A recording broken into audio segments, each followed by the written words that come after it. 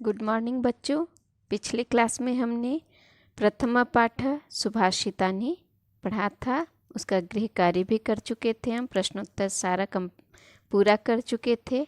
आज हम द्वितीय पाठ परोपकार लट लकार वर्तमान काल में पढ़ेंगे। परोपकार जिसका अर्थ होता है दूसरों पर उपकार करना। परेशान उपकार परोपकार कथ्यते।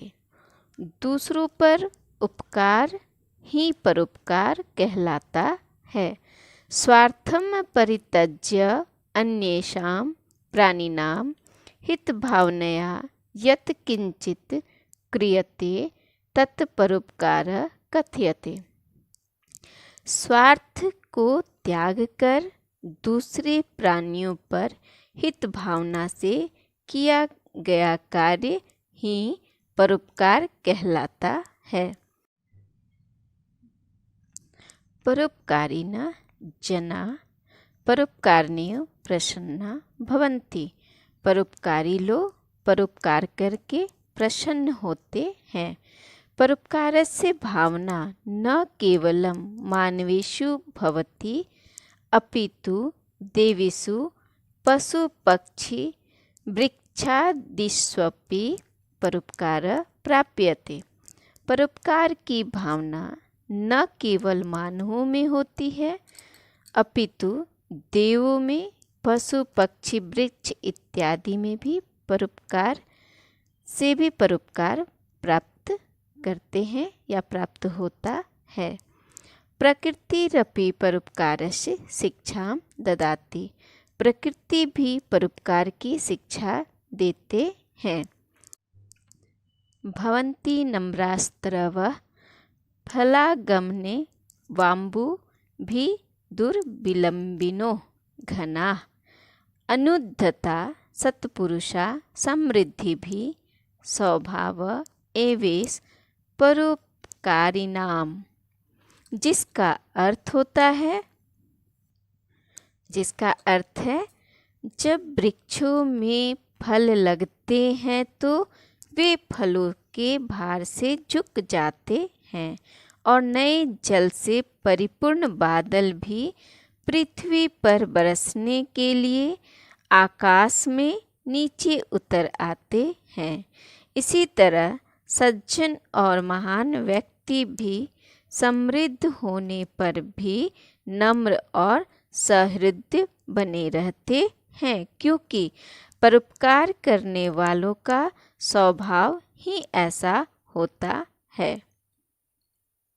संसारे अचेतना पदार्था अपि परोपकाररता दृश्यन्ते। संसार में अचेतन पदार्थ भी परोपकार में रत दिखाई देते हैं। अचेतना अपि वृक्षादया परोपकार्थम एव स्वसंपत्तिं धारयन्ति। अचेतन भी जैसे वृक्ष भी परोपकार ही अपनी संपत्ति में धारण करते हैं। वृक्ष हम मनुष्यों पर हमेशा उपकार करते हैं, यह हम सब जानते हैं। इसका श्लोक है स्वयं न खादन्ति फलानि वृक्षा पिबन्ति नद्यः स्वमेव नाभ। धाराधरो वर्षति नात्महेतु परोपकाराय संताम विभूतया। जिसका अर्थ है वृक्ष अपना फल स्वयं नहीं खाते, नदियाँ अपना जल स्वयं नहीं पीती, बादल अपने बरसाए पानी द्वारा उगाया अनाज स्वयं नहीं खाते। सत्पुरुषों का जीवन परोपकार के लिए ही होता है। परोपकारेण मनुष्येषु सामाजिकी भावना सहानुभूत्यादि गुणाश्च विकासो भवति। परोपकार से ही मनुष्यों में सामाजिक भावना, सहानुभूति आदि गुणों का विकास होता है। परोपकारिणः सज्जना एव सर्वेषां प्राणिनां हिताय तडागकूपादिनं खादयन्ति, उद्यानानि आरोपयन्ति, धर्मशालां पाठशालां च निर्मापयन्ति। परोपकारी सज्जन ही सभी प्राणियों के हित के लिए तालाब, कुआं इत्यादि को खोदते हैं, उद्यानों में वृक्ष इत्यादि लगाते हैं, धर्मशाला और पाठशाला का निर्माण करते हैं। परोपकारिणः स्वशरीरं दत्त्वापि परेषां रक्षां कुर्वन्ति। परोपकारी अपने शरीर को त्याग कर भी दूसरे की रक्षा करते हैं। परोपकाराय एव नरपति शिवी स्वमांसं दत्त्वा कपोतस्य दधीचिश्च अस्थिनि दत्त्वा देवतानां रक्षाम् अकुरुताम्। परोपकार के लिए ही राजा शिवी अपने मांस को देकर कपोत को देकर या कबूतर को देकर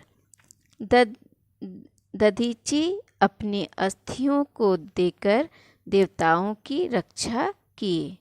शास्त्रेषु परोपकारस्य महत्वं वर्णितम्। शास्त्रों में भी परोपकार का महत्व वर्णित है।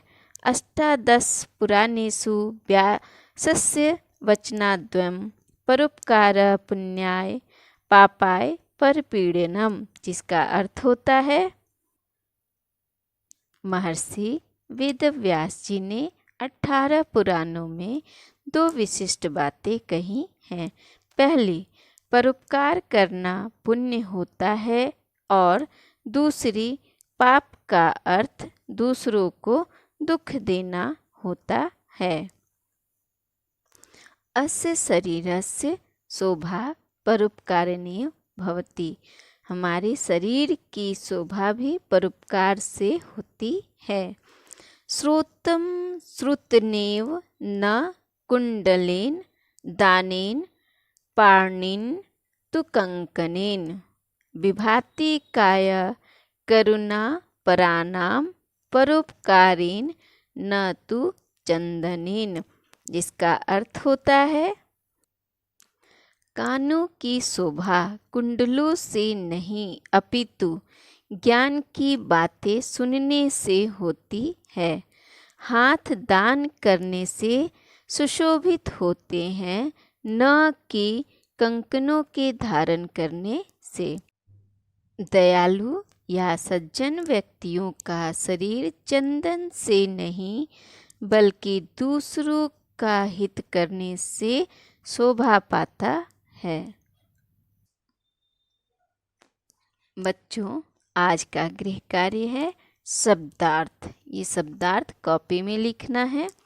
दूसरा, चारों श्लोकों का अर्थ हिंदी में लिखो इन कॉपी। ये कॉपी में लिखना है। बच्चों, इन चारों श्लोकों को भावार्थ सहित लिखना है, अर्थ सहित हिंदी में लिखना है। इन कॉपी में लिखना है। धन्यवाद बच्चों।